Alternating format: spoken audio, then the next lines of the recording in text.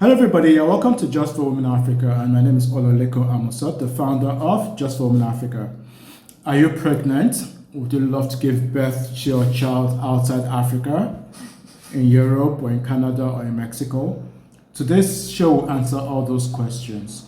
We have with us the founder of Birth Like a Queen, Omomi Oyedoton, who provides those services for pregnant women all over the world. So stick around and we'll be right back.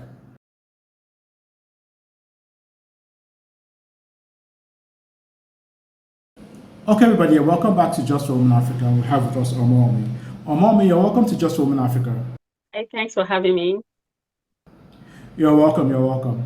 Okay, Omomi, before we go into details into the services you offer, could you just tell us briefly about Birth Like a Queen? Help pregnant women travel abroad for the sole purpose of acquiring dual citizenship for that baby. So we process countries that give citizenship by birth. And the countries we work on for now are America, Canada, and Mexico. Okay, Omomi.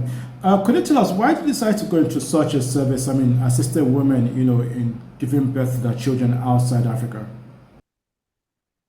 Okay, so I notice most women don't know that you can actually go to America, Canada, or Mexico to have your baby, and the baby gets instant citizenship. So I notice most people don't know about it. So I am here to walk them through the process. Okay. So can you tell us what exactly does your service actually involve? Do you get the hospital for them, the hotel booking for them? Do you help them with the application of a visa? Yes, we do. So we start with visa processing for those that don't have visa yet. We help them get affordable hospitals and doctors. We help them get accommodation. Then, of course, directions on how to get the baby's documents. Okay. So when it comes to visa application, at when should somebody start applying for a visa?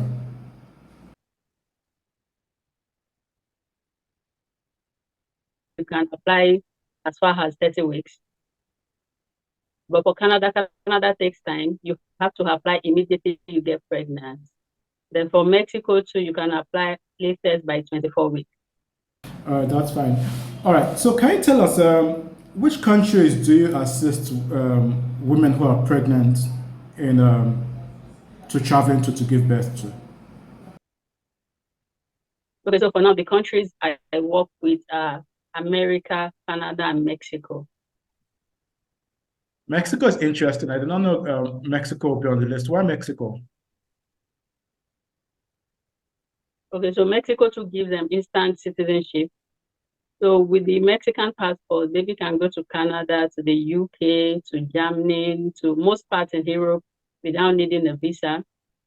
Then the parents and the older siblings, if the baby has already, they all get the permanent residency of Mexico. So they become permanent residents of Mexico.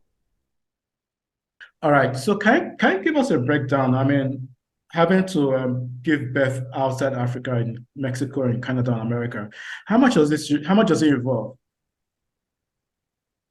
I always tell people plan for at least 5,000 US dollars for the medical bills, for accommodation, for flight tickets, plan at least 10,000 US dollars for all of that. For all three countries? Yes. Okay.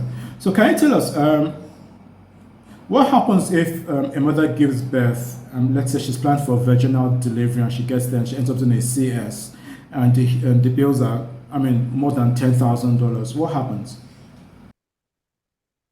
Okay, so she has to draw a payment plan with the hospital. You have to let them know that, okay, this is what I have per month. Even if it's $100 per month, you have to stick with what you say. Don't say you're going to pay 1,000 when you know you can't afford that monthly. You can pay as low as $100. Just be truthful and be open. So draw a payment plan with them. So that's better. Okay. So what happens if the pregnant mother doesn't pay the bill? Of course, you go back to your country, but you getting your visa renewed is very low. The chances are very low because they will tell you to present your receipts, your hospital receipts. So and then it causes those coming after you. That is why it is really getting hard to get visa now because of what some people are doing. People go to America to have their baby and they won't pay. So those are the things. It's not up. So you just have to be kind to the person coming after you. Okay. So can you tell us, you're Nigerian, you're based in Ibadan. Where, where do you get your clients from? Do you get them from Nigeria, Ghana, South Africa? Where do your clients base come from? Okay, so for now, my client base are they are growing. So before now, it used to be Nigeria, Ghana, Liberia. But now people from China are even like they are asking, they are making inquiries. So it's for people with UK passports who wants their baby to have an American passport. So people are making inquiries all around. So it's not confined to Africa alone. Okay, that's interesting to know. So, I mean, with all your clients, do you get to meet them physically or everything is done online? Okay, so I've only met like 2% of my clients physically.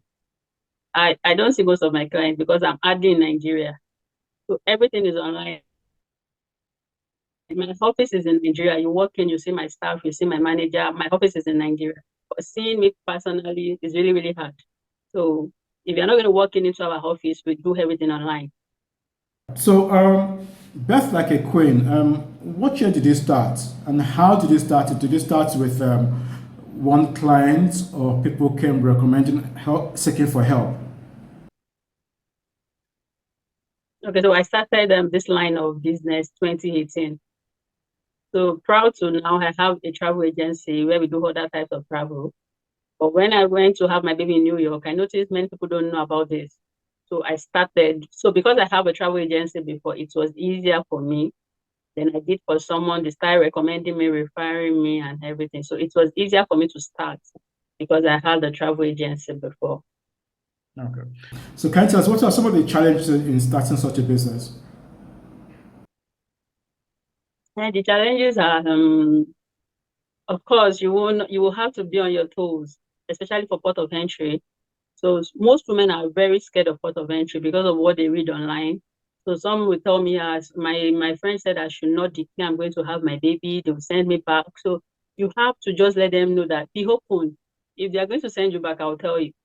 Be open. Tell them why you are coming. It is when you are lying to them that they'll feel deceived and send you back. So I think what people read online, they are very, very scared until they enter.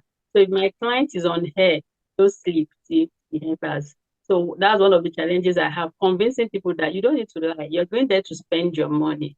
So there's nothing to lie about. But I don't know, they read so many things online, so you just have to convince them. Okay. So, presently, you only do for 3 countries. Do you plan on adding other countries to the list? Of course, yes, we used to do Barbados before.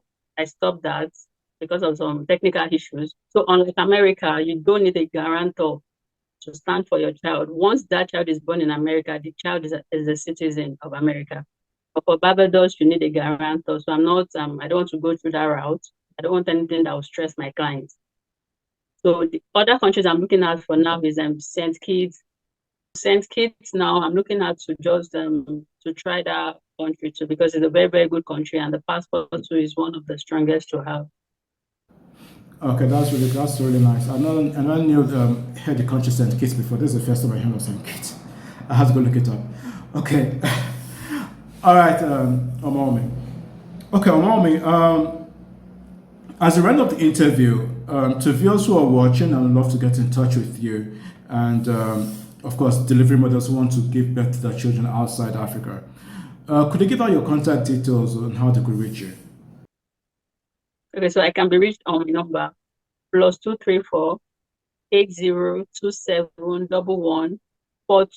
So I can be reached via WhatsApp or you call me directly or through Instagram and as well like a coin. All right, Mommy, that's fantastic. Okay, Mommy, this is just for women in Africa. What's your advice to your fellow women all over Africa? outside in Europe, all over the world, who feel it's a man's world and they feel that it's difficult getting ahead as a woman. Because like you being a woman, some people see you as a weaker one. So you have to just show them that you're not weak. Mentally, you're just good as a man. So you have to see yourself as an asset. It starts with you. So don't think, okay, because he's a man, I should step down for him. I'm not saying you should be head to head with a man. Of course, what a man can do, you can also do it.